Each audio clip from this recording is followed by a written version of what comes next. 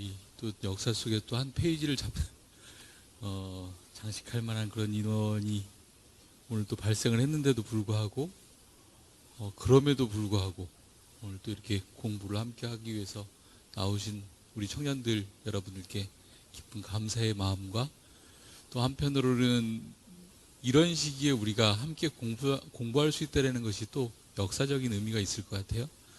그래서 또 먼 훗날 우리 안암교당이 새로운 역사를 써갈 때 이번에는 이제 50주년이라는 행사를 통해서 50년을 매듭지었지만 또 다른 70년, 80년, 90년, 100년을 이어갈 때 오늘의 이 순간들이 결국은 여러분들이 이 자리를 지켜줬기 때문에 안암교당의 역사는 지속될 거라고 생각을 합니다. 그래서 다시 한번 지난 50주년 봉정식을 함께 해준 우리 청년들께 깊은 감사를 드리고 또 한편으로는 앞으로의 이제 새 역사들은 여러분들이 주역이 돼서 써나갈 것이다 라는 그런 말씀을 드리면서 오늘 준비한 내용 말씀드릴까 합니다. 그 교사 1066쪽에 보면 그 가로전서 1066쪽에 보면 불법 연구의 창립 총회 이렇게 나오죠. 그동안 대종사님께서 정말 참 오랜 시간 당신이 대각을 이루시고 세회상을 어떻게 열어야 되겠다 이 고민을 꾸준히 하면서 또 제자들도 모으시고 그러시는 과정에서 이날의 역사를 만들기 위해서 대종사님께서는 준비를 하셨던 거죠. 그 해가 바로 원기 9년, 서기로는 1924년입니다. 당시의 시대상을 이렇게 살펴보면 어땠을까요? 대종사님께서 아마 여러분들이 그 시대에 태어났다라고 그래도 여러분들이 세상을 보는 안목이 있다라고 그래도 그렇게 달려갈 수밖에 없었겠다라는 생각이 들어질 정도의 시대상이 있었습니다. 동아일보 기사를 살펴보면 이렇게 나옵니다. 당시에 이제 일제 1909년, 1905년부터 이제 시작된 그 일본의 토지 조사 사업 그리고 또 산미 증식 계획 그러는 데다가 1924년 즈음에는 또 가뭄이 엄청 심했던 그런 시기들이었습니다. 근데 토지조사 사업이라는 것은 여러분들도 잘 아시겠지만 시골에 있는 농촌 토지들을 다 조사를 해서 일본인들이 돈으로 사는 그런 일들이었어요. 근데 그 사는 이유가 뭐냐면 거기서 장농을 해서 벌어들인 수입을 일본 사람들이 그냥 그 우리나라 사람 노동력만 착취를 하고 가져가기 위한 거였죠. 쌀을 그리고 많이 생산해내기 그 당시에는 2차 대전이 이제 터져서 그 2차 대전으로 인한 여러 가지 그 식량을 조달해야 되는 부분들이 있었기 때문에 일본 사람들은 그런 부분들을 우리나라에서 해결하기 위해서 노력을 했었습니다. 그러니까 시골에서 이렇게 남의 땅을 가지고 일을 하던 사람들은 쫓겨날 수밖에 없는 상황이었어요. 내가 일하던 땅이 없어지니까. 근데 그 사람들이 어디로 갔냐? 도시로 간 거예요. 도시로 가면 혹시라도 먹고 살 수 있는 방법이 있을까? 시골에서는 내가 할 수 있는 일이 없기 때문에. 그래서 도시로 가갖고 살려고 하는데 그 시골에 살던 사람들이 도시에 간다고 해결할 수 있는 방법이 있었겠어요? 그래서 그 사람들이 서울의 한 빈민가를 이렇게 구성을 해서 한 300여 호가 되는 빈민가를 구성을 해서 살았는데 그 사는 그 구조가 토막이라는 것입니다. 토막이 뭐냐면 땅을 이렇게 파가지고 바람을 막는 거예요. 땅 속에 이렇게 들어가가지고 그것이 토막입니다. 거기 들어가가지고 위에 거적을 하나 덮는 것이 그것이 집이었어요. 근데 그것을 조금 넓게 판 집은 한 4명 정도가 살았죠. 근데 그때 당시에 그것을 표현하기를 신문기사에서 이렇게 표현을 합니다. 콧구멍만한 방에 무려 4가족까지 살을 맞대며 생활했죠. 기름때 절은 누더기 이불 하나로 딸, 아버지, 며느리 할 것 없이 잠을 잤습니다. 1년 가도 흰쌀밥과 고기는 구경하지 못한 채 죽을 먹었고요. 그나마 아침과 저녁뿐이었죠. 이렇게 금이간 깨져가지고 물이 새는 금이 간 바가지는 밥그릇도 됐다가 설거지통도 되고 손과 발 씻는 대야 노릇도 했습니다. 비라도 오면 방바닥은 금세 진흙밭이 됐죠. 조각보 같은 누더기 옷에는 이가 들끓어 틈만 나면 손톱으로 눌러 죽이는 것이 일과였습니다. 학교엔 근처도 가보지 못한 아이들은 커서 부모처럼 지게꾼이 되고 막벌이꾼이 돼 빈곤을 물려받게 될 운명이었습니다. 여러분들이 이런 상황, 이런 모습들을 보고 있었다라 그러면 내가 청년 대종사라도 그곳으로 그 사람들을 구하기 위해서 달려들지 않았을까요? 어려운 빈민을 구제하고자 동아일보에서는 그 사람들의 요즘 이제 코로나 때문에 이렇게 사람들이 힘들어하는데 그 사람들을 그런 바이러스나 이런 부분에서 구제를 해보고자 동아일보가 이제 중심이 돼서 의료진을 꾸리려고 그랬었어요. 의료진을 꾸리려고 그러니까 그것을 조선총독부에서 막는 거예요. 왜 근무 시간에 이 사람들을 치료하러 가느냐? 빈민들은 우리가 구제할 필요가 없다. 그 빈민들은 내쫓아야 되는 대상이었지 빈민들을 구제하는 대상은 아니었어요.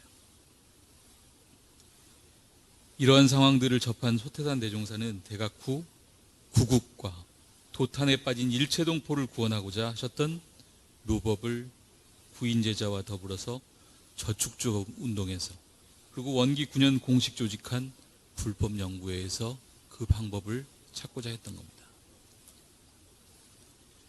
대종사님 대각을 하시고 방언공사를 마치시고 당신이 이 세상을 이제 구원할 법을 만드셔야 되겠다.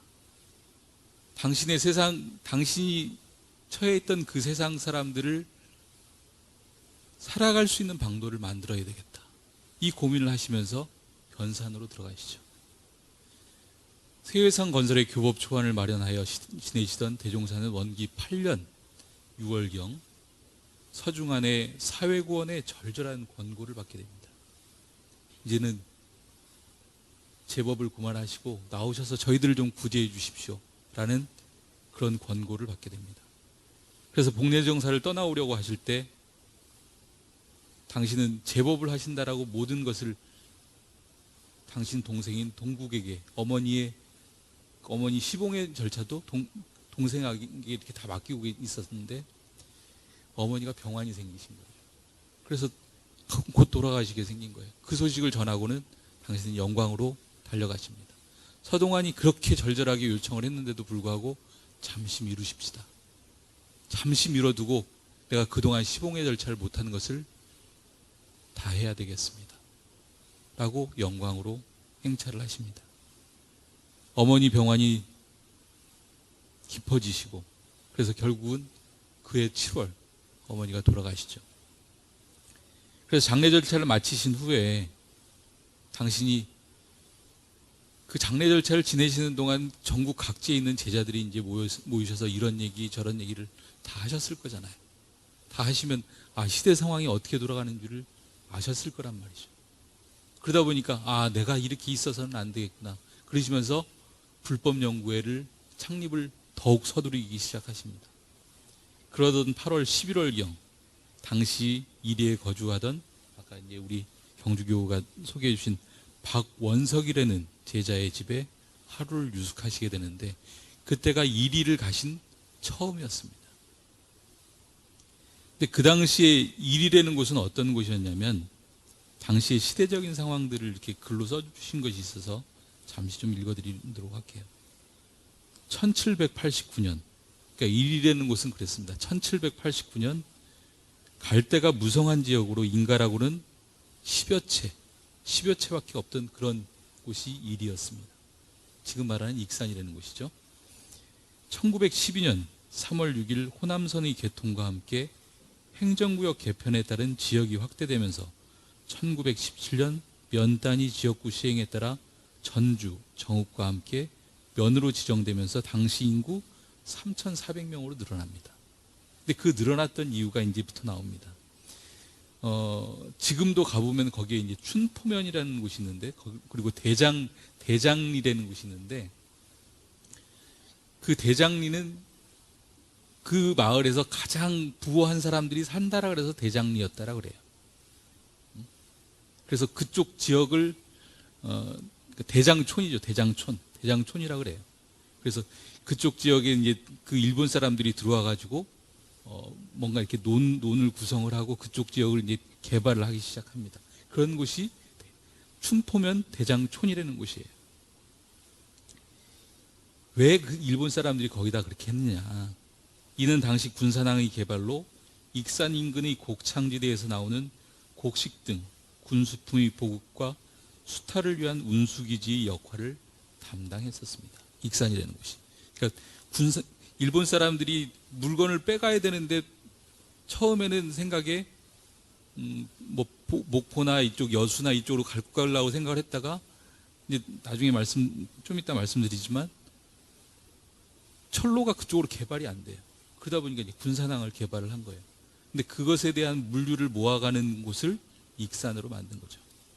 그러니까 일본 사람들이 모이고 한국 사람들이 그쪽에 이제 모이기 시작한 거죠. 그러면서 익산이라는 곳이 커지게 됩니다. 1905년 호남선 철도 부설이 계획이 세워지면서 철도 노선을 유지하기 위한 갈등이 첨예하게 나타났습니다. 일본은 처음 금마, 전주, 목포의 노선을 염두에 두었지만 금마와 전주에서는 격렬한 반대 운동이 일어났습니다. 전주의 호남선 반대는 전주의 맥이 끊어진다는 풍수설을 믿는 전주 유림들의 문제도 있었지만 근본적으로 호남선 개통과 함께 전주 중심의 전통 상권이 무너질 것을 우려한 지역 유지들의 이해관계가 더 컸었습니다. 반면에 일본인들은 자신들이 세력권 안으로 호남선 노선을 유치하는 데 사활을 걸었습니다. 군산에 거주했던 일본인들은 연산, 대야, 김제, 정읍 노선 그러니까 그 익산을 기점으로 해서 그 서해안 쪽을 군산에 거주했던 사람들은 요청을 했었었고 전주의 일본인들은 동산촌, 김제 노선을 주장을 했었습니다. 그러니까 그것이 동산촌이라고 그러면 어디를 얘기를 하냐면 지금 현재 익산을 내려가면 터미널이 있어요. 그쪽 인근이. 그러니까 익산역 너머 쪽을 요청을 했던 것은 군산 쪽에 그 살던 일본인들이었고 전주 쪽에 살던 일본인들은 지금 익산 터미널 그래서 그쪽으로 이렇게 나눠졌던 겁니다. 결국 조선총독부는 두 노선을 모두 배제하고 그 중간 지점으로 이리, 목천포, 김제 노선을 결정을 하게 됩니다.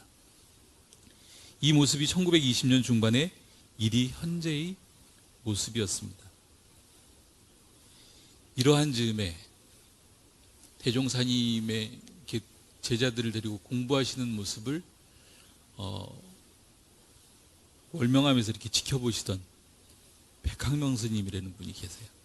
백학명 스님이 낮에는 이렇게 열심히 뭐 공부할 거리를, 그러니까 그 먹고 살 거리를 만들고 저녁 때 되면은 사람들이 들어가서 공부를 하고 이렇게 사는 모습이 너무 좋은 거예요. 앞으로 불법은 이렇게 바뀌어 나가야 되겠다. 앞으로 영육상전의 그 정신을 우리가 계속 살려나가야 되겠다. 이것을 월명암에 같이 계시던 백학명 스님이 보시고는 당신의 생각하는 이 불법의 방향이 맞습니다. 불법을 살아가는 모습이 이게 맞습니다. 라고 판단을 하시고 대종사님께서 불법연구회라는 것을 우리가 창립을 하려고 한다.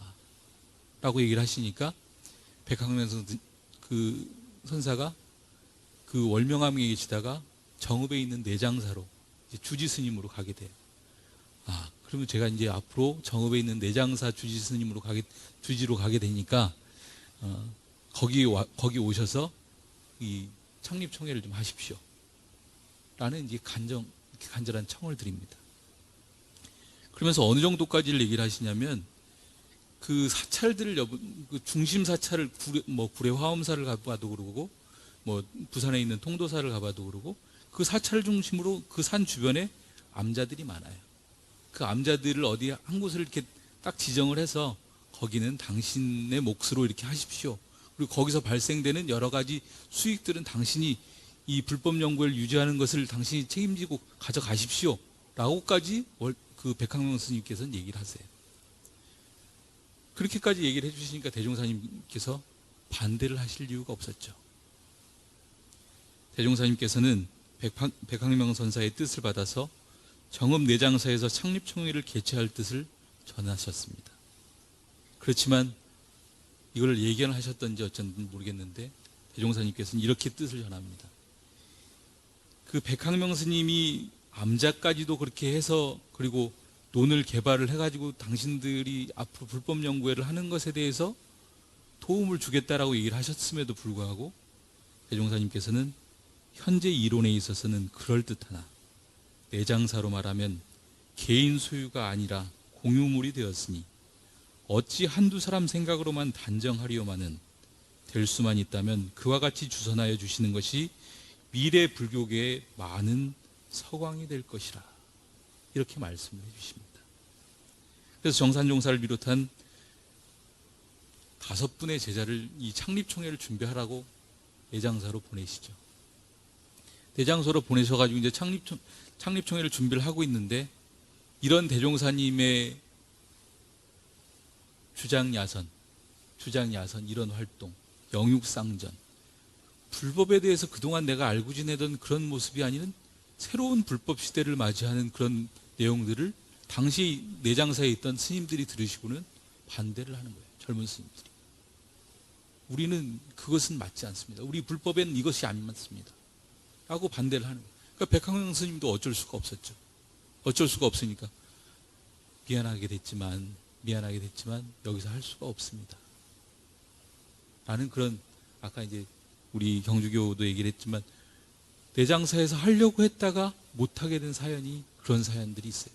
근데 제가 그걸 가만히 유추를 해보면 개인적인 생각입니다. 당시의 대종사의 불법에 대한 혁신의 면이 이에 따른 활동 그리고 또 그에 따른 활동들이 앞서서 이제 말씀드렸던 것처럼 사회계몽적인 그 측면이 있기 때문에 조선총독부의 영향력이 있지 않았겠느냐. 그것을 우려한 스님들의 걱정들이 있지 않았겠느냐. 그래서 내장사로 들어오게 되면 우리가 무언가 이렇게 위해를 당할 수 있는 영향력이 있겠다. 그래서 여기서 창립총회는 안 됩니다. 이렇게 반대하시지 않았을까라는 개인적인 추측을 해봅니다. 결국 선사의 좋은 취지가 무산됨에 따라서 대종사는 선사를 위로하시고 총회를 개최할 만한 새로운 장소를 물색을 하십니다. 그렇게 물색을 하던 중에 당신이 서울도 생각을 좀 하셨던 것 같아요. 서울도 오시고 전주도 오시고 그렇게 서울과 전주를 계속 오고 가시면서 새로운 창립 인연들을 만나시게 됩니다. 그 중에는 아까 말씀해 주신 여러 그 인물들도 있었었는데 당시에 서울 쪽에 사시던 지금도 뭐 서울에 부자들이 많이 사시지만 당시에도 서울 쪽에 부자들이 많이 사셨던 모양이에요. 대종사님의 그 높은 이름을 듣고 최도화라는 분이 박사시화라는 분을 연원해서 대종사님이 생불님이시니까 한번 만나뵈면 좋겠다. 이 말씀을 드렸더니 그것을 잊지 않고 박사시화 그분은 생불님이 계신다고? 그래서 당신이 계속 찾아 헤매시다가 서울에 있는 당신 동생 집에 계시는데 그때 서울에서 이렇게 만나게 되십니다. 그래서 이렇게 만나시는 그 선지님과 또 이동진화라는 분이 또 이렇게 만나시게 되는데 그분들이 굉장히 부호였던가 봐요. 당시에. 그래서 당신 앞으로 이렇게 주어졌던 여러 가지 재산들을 교단에 다 희사를 하시면서까지 출가를 감행하시는 그런 분들이세요. 그런 창립 인연들을 만나셔서 결국은 교단이 당시에 이제 창립 총회를 할 수가 있었던 그 기반을 마련을 했는데 이제 앞서 경주교가 얘기한 것처럼 보광사라는 곳에서 이제 창립 총회를 하게 됐죠. 근데 당시 일이라는 곳에는 2개의 절이 있었습니다. 2개의 사찰이 있었어요. 보광사와 관음사라는 사찰이 있었습니다. 근데 왜 관음사는 지금 위치가 어디쯤 되냐면 익산의 그 학군으로 서울로 얘기하면 8학군에 해당되는 강남쯤에서 조금 약간 벗어난 그런 지역에 지금 익산에 위치한 그 관음사라는 데는 위치해 있었었고, 지금 보광사라는 것은 아까 얘기한 대로 조금 외진 지역, 그 지금 그 터미널에서 전주 방향으로 조금 가다 보면 이제 조금 그 지금도 좀 외진 지역인데 그런 곳에 보광사라는 절이 있었어요. 그럼 사람들이 모이기에는 지금의 파락군 같은 그런 곳으로 접근성이 더 편했을 텐데 왜 관음사를 선택하지 않았을까? 근데 관음사는 일본 사찰이었어요. 그래서 좀 불편한 생각이 있지 않으셨을까라는 생각을 합니다. 그래서 보광사를 선택을 하셨고 보광사에서 저희들 창립총회를 진행하게 됩니다. 그 창립총회를 하는 과정들을 남기신 회의록이 있어요. 그 회의록을 잠깐 그때 당시에 분위기가 어땠는지를 잠깐 좀 읽어드리도록 하겠습니다. 대정 13년 4월 29일 상호 10시 전북 익산군 인산면 보광사에서 본회 창립총회를 개회하니 의장 송만경 승석하여 그러니까 자리에 올라서 개회를 선언하고 출석원을 전명하니 총수 39인이러라. 인하여 본회 창립에 대한 목적 개요를 설명한 후 이어서 공심, 인내, 신성으로서 유시무종이 안 되도록 본회를 성립하자는 의미심장한 말로서 일반 회원을 권면하다. 당시의 상황이 여의치가 않으니까 어떻게든지 정신무장을 시킬 수 있는 방법들을, 그리고 이 회원들이 이탈되지 않는 방법들을 만드셨어야 되는 부분이죠. 그리고 그 당시에도 각 지회에서 벌어지는 여러 가지 그 토지조사 사업에 저희는 포함이 안 됐겠어요? 저희들도 다 포함이 됐었을 겁니다. 그러니까 그 사람들이 이탈할 수 있는 여지들을 무장을 시키신 거죠. 차에 임원 선거를 행할세 이경천 씨 동의로 팔산 김광선 씨 재청이 유하여 지명 선거를 행한 바 오창건 씨 특청으로 특별히 청함으로 만장일치 찬동하여 총재는 박중빈 선생으로 하여 본회 지도의 책임을 당케 하고 회장은 서중환 씨로 평의원은 서동풍, 박원성, 김기천, 문정규, 송만경, 오창건, 이동환, 전음광 제시가 당선되고 부장과 간사는 차회 평의회 원회로 속하다.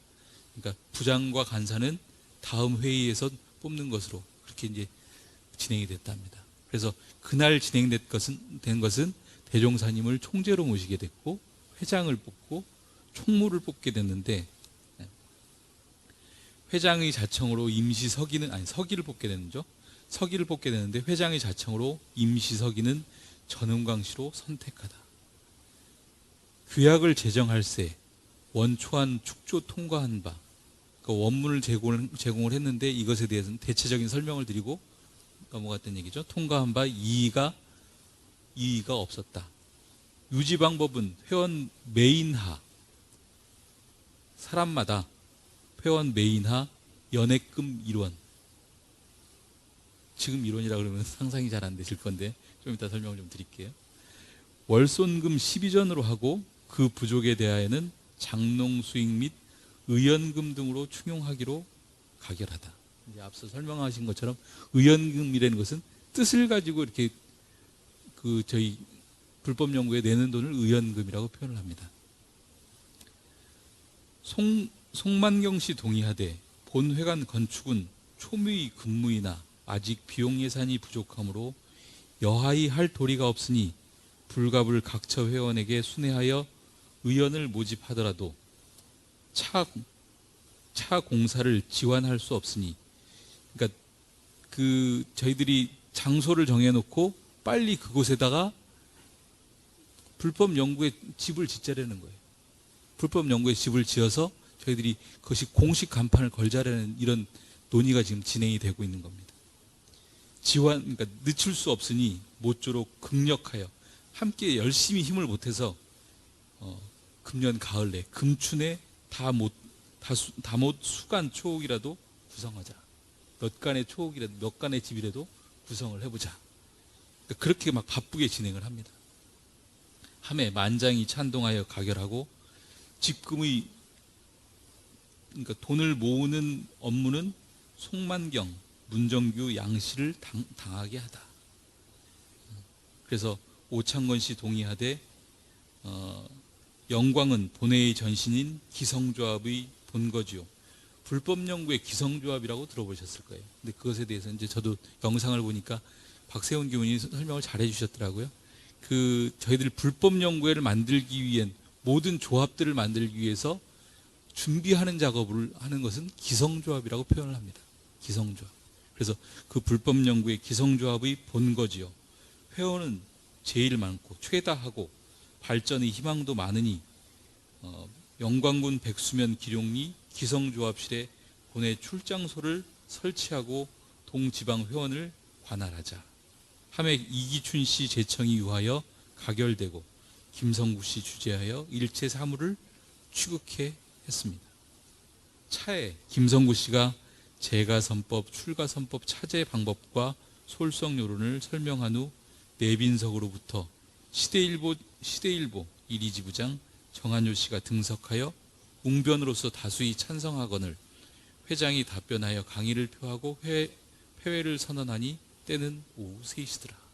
그러니까 창립총회는 한 5시간에 걸쳐서 진행이 됩니다. 당시에 시대일보에는 앞서 이제 경주교가 얘기한 것처럼 시대일보에는 그 언론의 탄압을 받으면서도 그것을 제보할 수 있는 그러니까 제보하고 그것을 보도할 수 있는 신문이 하나가 있었어요. 그것이 시대일보예요. 그 시대일보를 담당했던 정한조 씨 이리 지부장인 그분이 담당을 해서 축사를 해줬던 거죠. 당신네들이 이렇게 불법연구회를 만드니까 내가 축하를 해줍니다. 이상에서 알 수 있는 것은 지금과 같이 많은 수는 아니었습니다. 39명이라면 사실은 이 39명 가지고 세상을 움직이겠다 이런 것을 생각하기는 좀 어렵죠. 그렇지만 많은 수는 아니었을지라도 참여대중은 모두의 뜻이 이렇게 하나로 다 모아졌던 거예요. 그래, 불법 연구회를 통해서 우리가 이 나라도 살리고 앞으로 세상을 구원해보자 라는 뜻이 하나로 모아졌던 거예요. 그래서 유지대책 이제 일원이라는 것이 지금 돈으로 하면 1년에 한 사람이 담당해야 될 금액이 900만 원입니다. 900만 원 정도를 이렇게 연연금으로 내는 거예요. 그래서 그 당시에도 그 일원을 낸다는 것이 얼마나 부담이 됐겠어요. 그럼에도 불구하고 기쁜 마음으로 그렇게 하십시다 결정을 한 겁니다. 그래서 그 명맥이 이어져서 오늘날도 그 교헌, 원불교 그 교당 규정이라는 것을 보면 이렇게 대중이 합심해서 공사를 통해서 결정됐던 그 명맥이 이어지고 있음을 볼 수가 있습니다. 그래서 교당 규정에 보면 교당에는 의결기구인 교당교의회라는 것이 있고 그리고 이에 따라서 결의된 내용을 결의에 따라서 맞게 집행을 하고 있는지 이런 것을 검토하고 함께 협의하는 교당교화협의회라는 것이 있습니다. 그러니까 여러분들로 얘기하면 교당교회에서 결정된 사항, 여러분들이 내년에는 우리가 청년회를 이렇게 운영을 하겠습니다 라고 결정을 해서 교당교회를 통과를 보셔야 돼요. 그러면 그것을 앞으로 우리가 어떻게 진행할 건가에 대한 부분들은 사업부 회의를 통해서 진행을 하죠. 그것을 그 교당 규정에 보면은 교화협의회라는 그 기구가 있습니다. 그런 것을 이제 안암교당 청년들은 사업부 회의라는 것을 통해 가지고 진행을 하고 있는 거죠. 그래서 두 회의체를 잠깐 소개를 하자면 교당 교의회는 정기교의회와 임시교의회로 나누어서 정기교의회는 12월에 한 번씩 꼭 개최를 하게끔 되어 있습니다. 그래서 거기에서 결정되는 사항들은 교당의 교화, 훈련 등에 관한 주요 사항, 그리고 연원교당 설립, 예산 결산에 관한 사항, 교산 처리에 관한 사항, 기타 교감 교무와 의장이 중요하다고 인정하는 사항을 결의를 해서 이 결의된 사항이 주임 교무님의 승인이 나면 집행을 하게끔 돼 있어요. 그리고 교화협의회는 월 1회 개최하도록 되어 있고, 교당교회의 상정을 위한 연간 교화사업 계획 및 예산안의 편성, 확정된 사업에 의한 월별 실천계획 수립, 각 분과 간 상충되는 의견 조정, 월별 교화 결산과 재무시산 보고, 기타 교감 교무와 의장이 중요하다고 인정하는 사항들을 협의하도록 되어 있습니다. 이것이 교당 교화협의회고 교당 교의회입니다. 교당에도 주임 교무님이 그냥 그렇게 하래라고 결정하는 사항은 없어요. 여러분들이 결정된 사항을 다 모아서 교당 교의회를 통해서 결정이 되면 그것을 대중이 모여가지고 함께 결정을 하면 이것이 뭐 틀린 바가 없습니다. 특별히 문제가 될 바가 없습니다. 그럼 주임 교무님이 최종적으로 결정을 하는 거예요. 교단도 마찬가지입니다. 교정원에서 결정을 해서 종법사님의 최종 재가가 나면 그 재가 받은 사항을 교단이 운영을 하는 거예요. 교구도 마찬가지입니다. 교구도 교구 교의회를 통해서 결정한 사항들을 교구장님이 최종 재가를 하시면 교구도 운영을 해나가는 거예요. 그렇게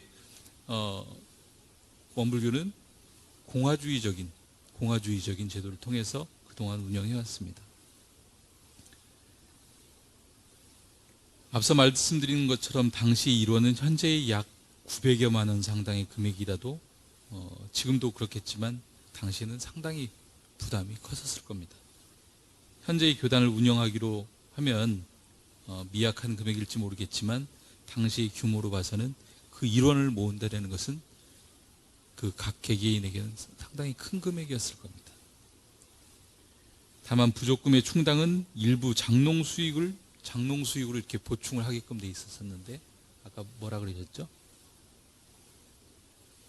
그 뭐 한자로 이렇게 얘기를 하셨는데 그게 제가 지금 잠깐 기억이 안 나는데, 예?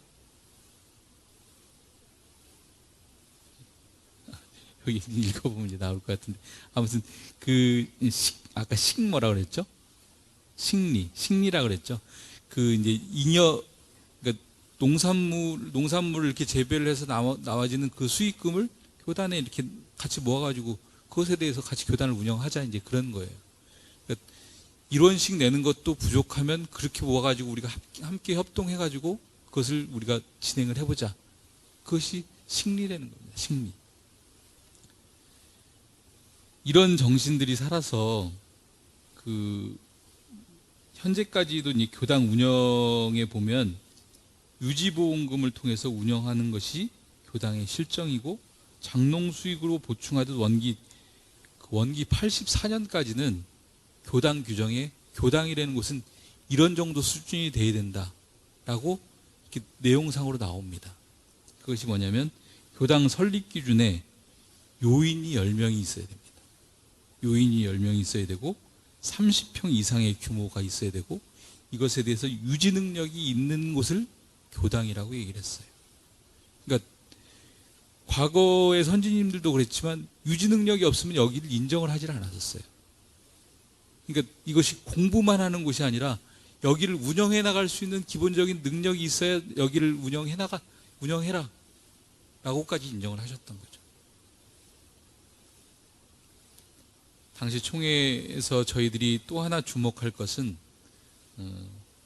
그날 이렇게 발표된 불법연구회를 우리가 왜 이렇게 열겠다, 우리가 왜 열어야 된다는 그 목적을 담은 취지문입니다. 그 취지문을 이렇게 읽다 보면 그 현대어로 돼 있질 않았기 때문에 이게 무슨 말인가 이렇게 생각할 수 있는데, 그 내용을 이렇게 간추려서 정리한 내용이 정전 제3 수행편 15장에 나와 있는 병든 사회와 그 치료법으로 내용을 간결하게 이렇게 정리를 해주셨습니다. 그 내용을 보면 사람이 병든 줄을 모르거나 알고서도 치료하지 않으면 불구자 폐인이 되거나 죽을 수 있는 것처럼, 사회도 지도자가 병든 줄을 모르거나 알고서도 방치하면 불완전한 사회, 부패한 사회 또는 사회의 파멸이 초래될 수도 있다고 하셨습니다. 근데 이것은 가만히 이렇게 생각을 해보면 말씀은 이제 그렇게 해두셨지만 사실은 이 일본이 우리나라를 이 억압하는 그 모습들에 대한 저항의 표현이죠. 당신들이 세상을 당신들만 좋게 해서는 되겠느냐. 그것은 안 된다. 응? 우리가 함께 살아가야 된다. 당신들이 지도자라면 그 지도자의 역할을 해라. 라는 강한 메시지를 던지신 거죠. 그러면서 이에 대한 병증의 증세로 일본이 아무리 그렇게 하더라도 우리는 이 부분에 대해서 이렇게 바꿔가야 된다. 당신들이 이렇게 힘들어하는 모습들을 바꿔가야 된다. 라고 얘기하시는 것을 병증으로 5가지를 얘기를 하십니다. 그 첫 번째가 원망병으로 각자가 서로 자기의 잘못을 알지 못하고 다른 사람이 잘못하는 것만 많이 드러내는 것. 우리에게 자주의 힘이 있다. 그것을 간접적인 메시지로 전달을 하시는 거죠. 남에게 은혜 입은 것은 잊어버리고 나의 은혜에만 갚아줄 것을 생각하며 그렇지 못할 경우 상대를 미워하고 원망한다. 일본에 우리가 이렇게 지배를 받고 있지만 그것을 우리는 원망하지 말자. 우리 스스로 해낼 수 있는 데까지 한번 해보자. 라는 것에 대한 대종사님의 또 다른 메시지가 있으셨습니다. 둘째는 의료병으로 부정당한 의료 생활을 하는 것과 의뢰를 하는 만큼 자력이 약화되고 정당한 인권을 상실하게 된다는 것입니다. 앞으로의 사회는 무엇보다도 하늘의 권한보다 인권이 우선합니다. 다시 말해 인권이 평등해야 되는데 이는 외적인 법이나 제도로 이루어지는 것도 중요하지만 정신의 자주력을 갖추어갈 때 너도 살고 나도 사는 겁니다.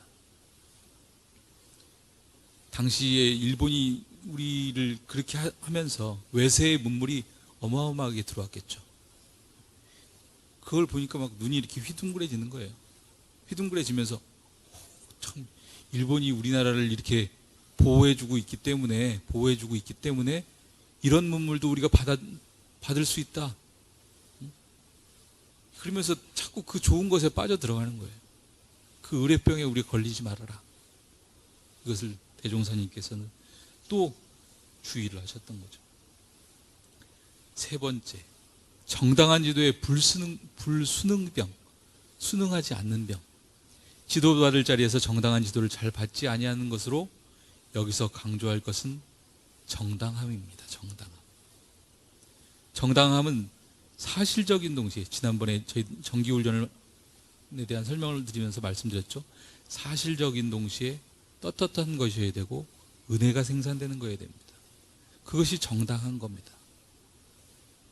그럼에도 불구하고 정당한 지도에 순응하지 않은 것은 도덕과 학문과 생활 능력이 부족해져서 스스로 대중의 삶에서 도태될 수밖에 없다는 것이었습니다. 네 번째, 정당한 지도력 부재의 병입니다. 지도할 자리에서 정당한 지도로 교화할 줄을 모르는 것으로 상대에게 신뢰를 주고 감화를 줄 때 지도력이 발휘되는 것으로 반드시 정당함이 따라야 됩니다. 원고를 쓰면서도 몇 건의 교차 검토를 통해 내용을 이렇게 전하고자 저는 노력을 합니다. 그러니까 이 교사 한 면을 그 설명을 할 때도 이분이 보는 견해, 저분이 보는 견해 이런 좀 다른 면들이 있어요. 근데 그분들의 견해들을 잘 조합을 해서 아, 이 당시에 심경이 이랬겠구나, 이 당시에 상황이 이랬겠구나 이런 것을 여러분들께 지금 전달을 하고 있는데 이런 노력들이 사실은 없으면 여러분들이 들으면서도 저 뭐 어디서 베껴온 것 같은데 이렇게 생각하실 수도 있는 거잖아요. 근데 아마도 그 안암교당에 이렇게 오면 수용방이 어렵다라는 것이 아마 그런 이유가 있지 않을까. 이런 여러 가지 자료들을 검토해서 이 검증된 부분들을 여러분들께 전달을 해야 되는 것이 아마 이래서 어렵다고 생각하는데 저는 이번에 이런 자료들을 이렇게 같이 검토를 하면서 아, 정말 우리 선지님들께서, 우리 대종사님께서 이런 어려운 시절을 이렇게 극복해 나가셨겠구나 라는 그런 소중한 시간들을 얻게 됐습니다. 마지막으로 공익심 없는 병. 우리가 함께 잘 살기 위해서는 이기심을 절제하고 이타심을 많이 키워가야 합니다. 그러한 풍토를 만들기 위해 공도자를 우대하고 공익심을 발휘하도록 해야 합니다. 그러나 다른 사람과의 관계를 생각하지 않는 개인주의가 팽배해지면서 공익의 풍토가 퇴색해지고 현실의 중요한 사회의 병증으로 이렇게 자리 잡게 됩니다. 원망병, 의뢰병, 정당한 지도에 불응하는 병, 정당한 지도력이 없는 병, 공익심 없는 병. 이러한 병증을 해결하기 위해서 일상 수행의 방법으로 늘 닦아나가도록 대종사님께서는 그 길을 열어주셨습니다. 어찌 보면은 이 내용들은 사실은 인과라는 입장으로 봤을 때는 신앙의 측면을 강조를 했을 부분이기도 할 텐데, 한편으로는 요 5가지 내용을 일상 수행의 요법으로 담아주신 것을 보면 우리가 이렇게 체질화되어야 된다. 원망 생활을 감사 생활로 돌릴 줄 알아야 되고, 타력 생활을 자력 생활로 돌릴 줄 알아야 되고, 배울 줄 모르는 사람을 잘 배우는 사람으로 돌릴 줄 알아야 되고, 그것이 내 삶 속에서 이렇게 묻어나야 된다. 그것을 용사님께서는 일상 수행의 요법이라는 것으로 강조해 주시지 않았나 생각을 해봅니다. 당시의 교육이 어려웠던 민중을 교육하며 계몽하려 했고, 일제히 갖은 수탈과 물밀듯 들어오는 외세 문명의 홍수 속에서 자기 정체성을 잃지 않고 시대에 발맞추어 때로는 시대를 앞서 나갈 수 있도록 회상을 열어주신 주세불 소태산 대종사님의 서원은 창립총회 취지문을 통해 세상에 처음 알려지게 됩니다. 오늘 2가지를 통해서 그 창립총회 당시의 회의록을 통해서, 그리고 창립총회 취지문을 통해서 오늘 그 당시의 상황이 어떠했고, 그리고 대종사님이 이 불법 연구회를 통해서 어떻게 나아가고자 하는 부분들을 여러분들께 전달을 해드렸습니다. 그때였으니까 내일이 아니겠지 라고 생각을 해보지만, 지금 입장에서 우리가 4차 산업혁명이라는 것을 새롭게 맞아들이는 이 시점에서, 새로운 문명세계가 열려가는 이 시점에서, 그럼 우리는 과연 어떤 창립총회를 열어야 될까? 우리가 당장은 일본의 어떤 그런 압제하에 있지는 않지만, 새롭게 우리가 쉼없이 너무나 빠르게 발전되는 이 4차 산업혁명 시대에서 우리는 어떤 모습으로 살아가야 될까? 이것이 이 불법연구회 창립총회를 통해서 우리가 다시금 생각해 봐야 되는 우리들의 삶의 모습이고, 우리가 준비해야 되는 모습이 될 거라고 생각을 합니다. 오늘 여기까지 하겠습니다.